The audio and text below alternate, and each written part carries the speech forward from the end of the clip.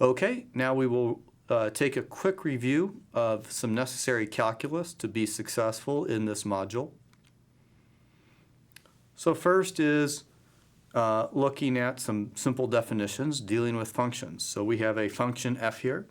This is called a convex function. And by a convex function, that means any line segment drawn between 2 points on the function is not going to lie below the function, as you see here. A global minima is simply a point in that function where the derivative will be 0. It is, you can think of as the lowest point in that function.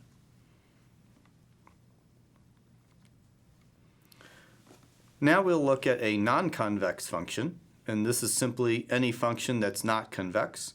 And we will look at both global and local minima and maxima. So we see here a global maxima. This is the highest point of the function. But we also have a smaller mountain in the ridgeline, which will be a local maxima. Likewise, we have the lowest point, our global minima, and we also have a local minima, which is a low point but higher than the global minima. Now, bear in mind, at all of these points, the derivative will be 0. And so if we're looking to search for a set of parameters for the function that causes the derivative to be 0, one danger is we don't want to wind up in a local minima. And of course, just to show you that this is not convex, it's very easy with the function I have here on the slide to draw a line between 2 points on the function that is below the function as shown here. All right, so let's look at a derivative of a function. So here is function f, and I will talk about functions as being f of w as opposed to x, because we are going to be mainly concerned about the weights.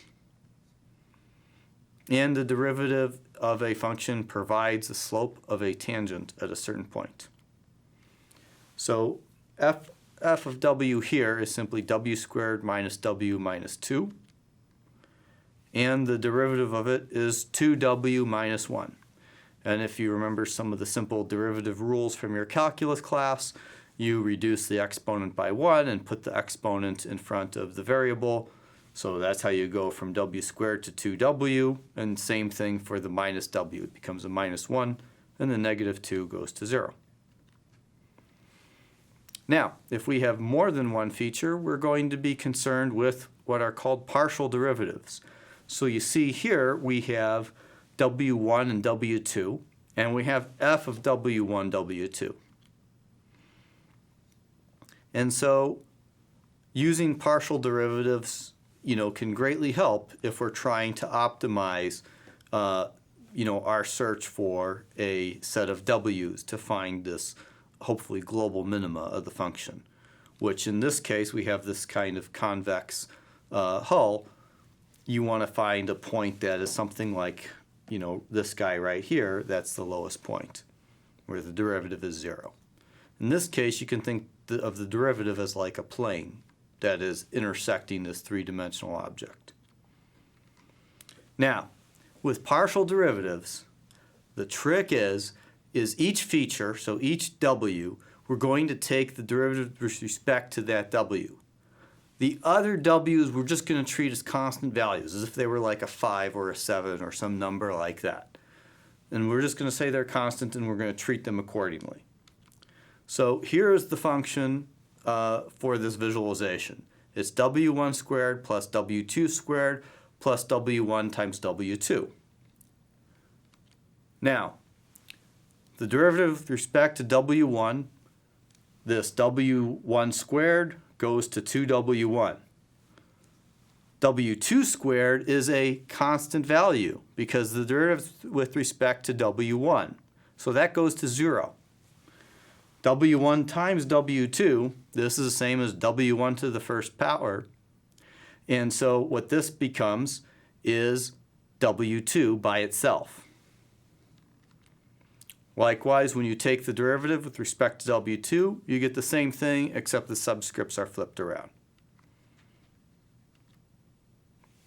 So like I mentioned before, we can think of finding the derivative as specifying a tangent plane. So the partial derivatives, essentially give us a way to plot out that plane. So the next key piece of notation is the gradient vector. Now, this is something that might look a little scary when you see the math, but is actually quite simple once you understand what it means. And so all it's saying is for a given set of values, the gradient vector is going to give you the result of the partial derivative for each of those values of the function. So let's look at our example again. So here's our function, and this is the gradient vector of the function.